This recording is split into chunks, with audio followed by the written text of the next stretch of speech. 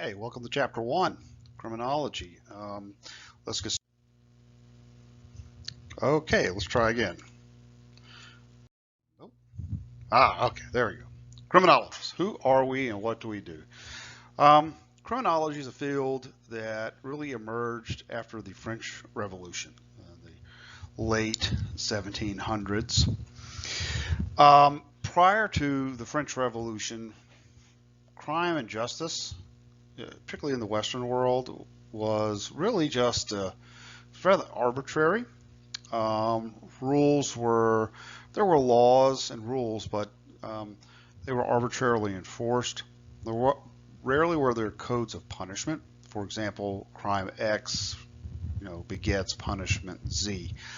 It really wasn't until the French Revolution when people noticed that the policies prior to the French Revolution were really one of deterrence. And what I mean by that is that if people committed crime, the idea was, well, if people continue to commit this crime, such as stealing, then let's just make the punishments harsher, and then therefore people will stop doing it. But what they didn't understand is that the reason why people were stealing wasn't because they were bad people or criminals, but it was because they were economically desperate. And so what some noticed was that despite the fact that our punishments were getting more harsh for crime, the acts of crime were actually going up and not down. It was contrary to what people believed about the effects of deterrence on crime. So therefore, it bred this new science, the sort of new science of understanding the crime at a societal level, and why there seems to be more crime at different points in time or in different places. And so this field of criminology was sort of emerged from this time period of the late 1700s. That coincided very well with the American Revolution, and where we got in a historical time frame, we see the emergence of democracy, rule of law, self-governance. Ideas up until that time were completely foreign to the way we think or way we thought at the time. Because prior to that, everything was really sort of run by a king or a monarch, and they empowered local justices and sheriffs to sort of do whatever they wanted to do. And some were fair and just, many were not, many were corrupt, and they punished people arbitrarily. They punished their enemies, people who they thought might have slighted them in some way. And so it wasn't really until about the beginning of the 1800s that we started to see the emergence of what we consider to be a science of criminology. All right, so what do we do? Well, we tend to study crime from a broad scientific perspective. That is to say, we apply the same scientific method that is used to study biology or physics or chemistry or psychology or economics. We apply it to the science, to the study of crime. We come up with ideas. We have theories.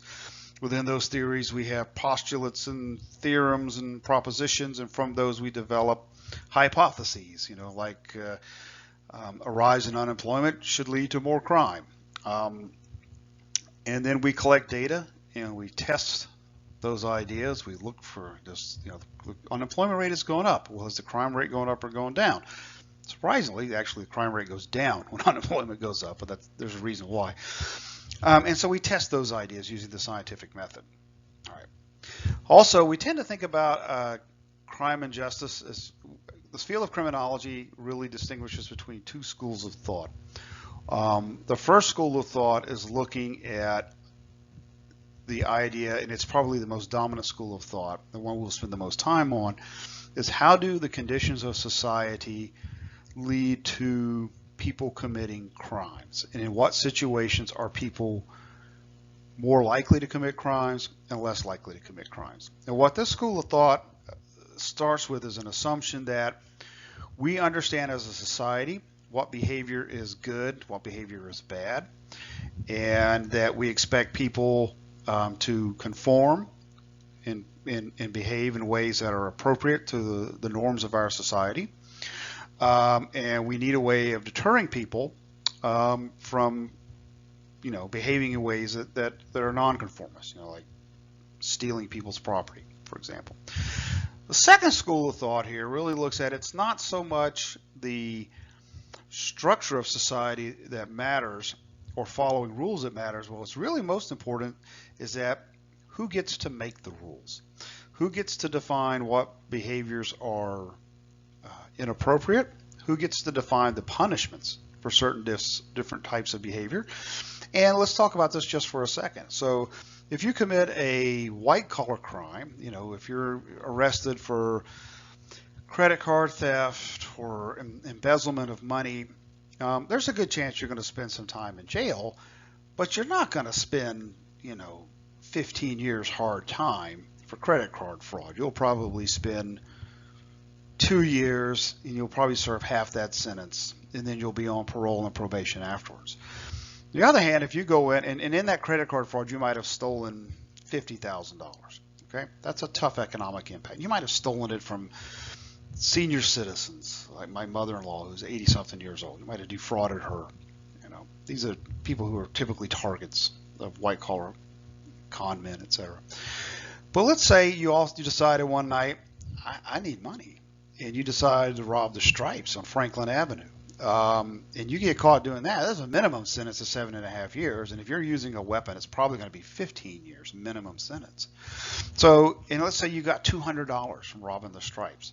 So in terms of economic impact, $200 is way less than $50,000. And my poor 83-year-old mother-in-law, who lost all of her life savings to your con scheme, she's in a far worse, better situation than the person at Stripes who had had to deal with the crime situation. Not saying that would be a good thing to have to deal with, but if somebody comes into your store and robs you, there's a protocol. You just stand back and give them the money in the cash register and pray they don't shoot you. The person who commits that street level crime gets 15 years, whereas the person who defrauded my mother-in-law out of her, $500 or whatever in her banking account isn't going to get nearly that much time in prison. And so that's the kind of point of this second idea, is that it's not really about who commits what crime. What we really need to understand is how crimes get defined and how punishments get created, and that there's a lot of inequality in that. And we'll talk about this quite a bit throughout the semester. All right. And then lastly, there we go. We do a lot of research. And crime and criminology is probably the area where we have the most influence in terms of policy decisions from the research we do. Some of you at some point in your life, hopefully, may have seen a show or a documentary. There was a great show in the 70s called Scared Straight. And what they did was they took punk kids from high school, 14, 15 years old, who were, kind of getting to that age where they're ratcheting up their delinquency, starting to get into some serious trouble. And they dragged them to Rahway State Prison in Rahway, New Jersey. And they let these punks spend a day with real hardcore violent criminals inside a prison. And they spared no expense in threatening these kids about, if you come to prison, here's what's going to happen to you. And, I went into some detail about what typically happens to the fresh meat that shows up at the prison. I won't go into detail here because, we're a Christian university, but it wasn't pretty. And so the idea was, well, do programs like that work? And so, of course, as criminologists, what we study is, okay, has a delinquent who's gotten into trouble, but they did one of these kinds of interventions at a state prison, or they might have gone to like a juvenile boot camp. We used to send some pre-juvenile offenders to. Do they work? And so we follow these folks over time and find out to what extent, okay, yeah, this guy did the Rahway thing and he never committed a crime ever in his life. And of course others may have said, yeah, I can handle these guys. And they didn't listen, they didn't pay attention, and they wound up in prison anyhow. True story, when those studies have been done, they have found basically that those kinds of programs, those Scared Straight programs, really don't work. And there are lots of reasons why they don't work, mainly because being a criminal isn't about living an isolated life. It's about the people you hang out with. And when you hang out with bad people, even if you have no intentions of going out and getting in trouble that night, if you're in with the wrong crowd, there's a very high probability that that's going to happen to you. All right, well, let's move on. What are some of the things we study as criminologists? I'll just kind of flash this up there. Well, the biggest field is juvenile delinquency, and the reason why is that most crimes are committed by juveniles. Most crimes are committed by people under the age of 24, young people and juveniles. And people who commit crimes as adults, it's not usually their first offense. They also committed crimes as juveniles. So big thing. Property crime, violent crime, which is probably in homicide. It's a very important topic of study. Terrorism is something criminologists study.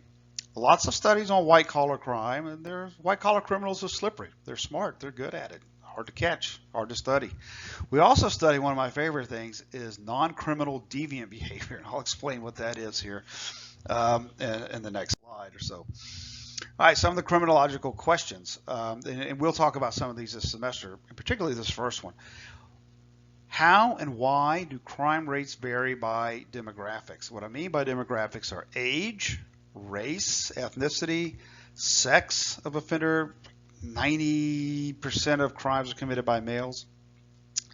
Time of day, time of year, geography. Where you live makes a huge difference about crime rates. Why are certain people more likely to offend? Why are certain people more likely to be victimized? Just throw out a question to you. Who has the highest fear of victimization in the United States? If you think about it demographically, it is typically older white women. They have a very high level of fear of crime. Who are the people who are least victimized in this society? In other words, who are the people who are the least likely to be a victim of a violent or property crime? It's older white women. The people who are at largest risk of being victimized are actually young African American men, say under the age of 24. How can we prevent crimes? We studied all of these and other questions as well. How can we prevent people from becoming criminals? All right, let's slip on to the next slide.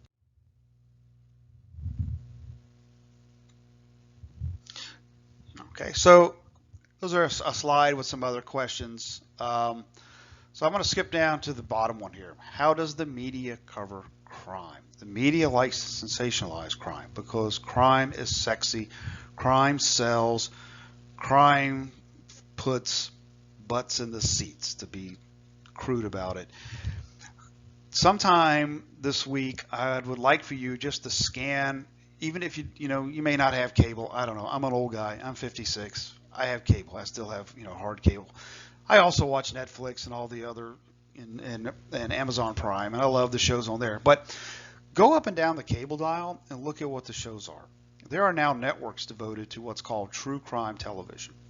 Why are there so many shows about true crime television? Because people like it and people watch it. What effect do those shows have on people? It's pretty severe. I mean, most people who spend a lot of time watching those shows have a very warped sense about the nature of violence in our society.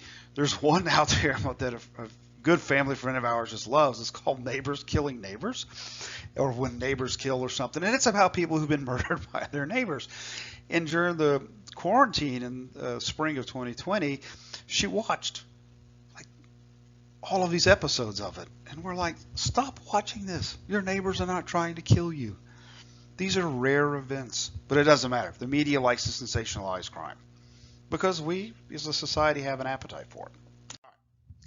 Deviance versus crime. I want to get that straight off the bat. What's the difference here? Well, what we use the term deviance for is to describe behavior that violates social norms. And within that list of social norms includes laws of society. Social norms can be divided up into three different types. The first is called folkways. The second is called mores, and the third is called taboos.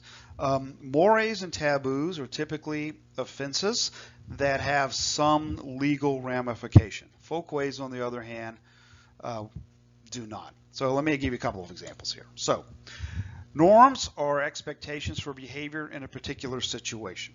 Okay, so let's take going to church. I go to a church here in town, Baptist church, and it's kind of a it's not a coat and tie kind of church. People wear jeans, people wear sandals, people wear, in the summer we can wear shorts, although I don't wear shorts, but we wear shorts. It's a pretty laid back place, and I love the minister. He's funny, he's got a great sense of humor. He mixes current events with the gospel really well in funny ways, and I just enjoy the place. But there's this guy there, and he likes to take off his shoes during church. Now, I don't mean take the shoes off with the socks out. I mean take the shoes off, no socks on, and he's sitting there in church and participating in church barefoot. Now, for some reason, I find this kind of weird. I feel like he's violated a social norm. People are expected to wear shoes in church, but this guy takes them off. So, all crimes are acts of deviance. And what I mean by that is that any crime that's committed, murder, arson, robbery, aggravated assault, they are acts of deviance because they violate a norm, and they violate the norm that is the law, and the law says you can't do this, you can't do that, and there are punishments for that. But not all acts of deviance are crimes. And what I mean by that is the guy who takes his shoes off at church. Just takes them off, puts them under his chair. We don't have pews, we have chairs. And he's just sitting there barefoot at church. Some people there have suits and ties on, but most people don't. I just find it weird. My wife finds it weird, probably why we're married. We both find it weird. That's an act of deviance. But that's not an act of deviance, that's a crime. That's a folkway. Okay?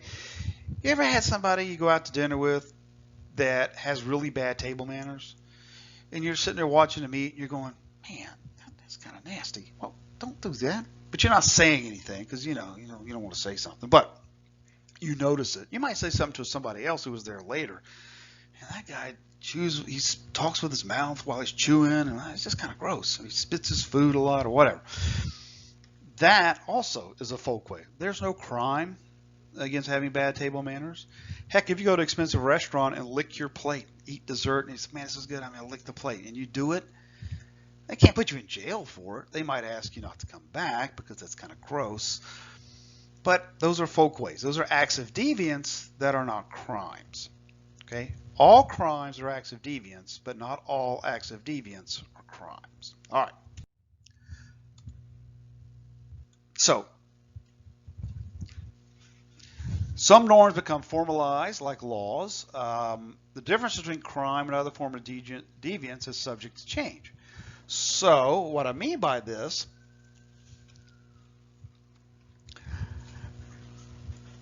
acts that are deviant may be illegal in one place, but just considered deviant, or, and in fact, normal in other places. So let's take marijuana, Mary Jane, weed, pot, spliff, whatever you want to call it. Okay? When I was your age, marijuana was illegal in every single one of the 50 states. Today, probably roughly half of the country's population lives in a state where marijuana is currently legal. Okay? I've been to the Netherlands. I lived in the Netherlands. I taught there for a semester. Weed was normal, accepted. It wasn't even an act of deviance, just to walk down the street smoking pot. I mean, I didn't do it. I'm not a pot smoker or drug user. But you would see people. You're just walking down the street in Amsterdam, people just smoking a joint. You're going, you get a little cognitive dissonance, you get a little culture shock. But in that context, it's just not illegal. And it just wasn't even also considered even an act of deviance. Whereas in the United States, smoking pot, is kind of an act of deviance for sure. It's even illegal in about half, in territories that cover about half of our population. Also, acts of deviance can vary from one time to another. And what's illegal can vary from one time to another. So let's just take deviance, for example. When I was a kid in the 1960s, a young kid growing up, I was born in 1964, both of my parents smoked, their parents smoked. Basically, I was the only person in my household who didn't smoke. And in fact, when I was a kid, they made candy cigarettes for kids so they could pretend smoke while their parents were real smoking. I remember when as a kid, you could smoke in the grocery stores. You'd just be walking up and down the aisle in the grocery store, and at the end cap of every aisle of the grocery store was an ashtray. Put your cigarette out, get another one, light it up. All right, go down the next aisle, get your cereal, whatever you're going to get. Smoke that cigarette. 2 aisles later, you're all right, ready for another. You put it out in an ashtray and light up. The average American smoked 2 packs of cigarettes a day in the 1960s. That's a lot. That's a whole lot. Today, cigarette smoking is kind of seen as taboo. It's definitely an act of deviance. We don't smoke cigarettes very much anymore in this country. It is illegal to smoke cigarettes in a lot of the contexts in which it used to be perfectly legal to smoke in. We don't do it. And so this is an example of how from one time to another, what an activity is considered deviant has changed. Let's take 2 other examples. Let's take alcohol. So during the 1920s, alcohol was actually illegal in the United States. For about 12 years, alcohol, under the period of Prohibition, alcohol was a illegal, forbidden, criminally chargeable product to have, or manufacture or sell. You could go to prison for it. Okay? Today, alcohol is semi-legal. It's legal to drink for people over the age of 21 or older. It's, local ordinances can still ban alcohol, but for the most part, it's legal to drink in certain settings. You can't ride around in your car drinking, but that's illegal. It's not just free will, go drink whenever and wherever.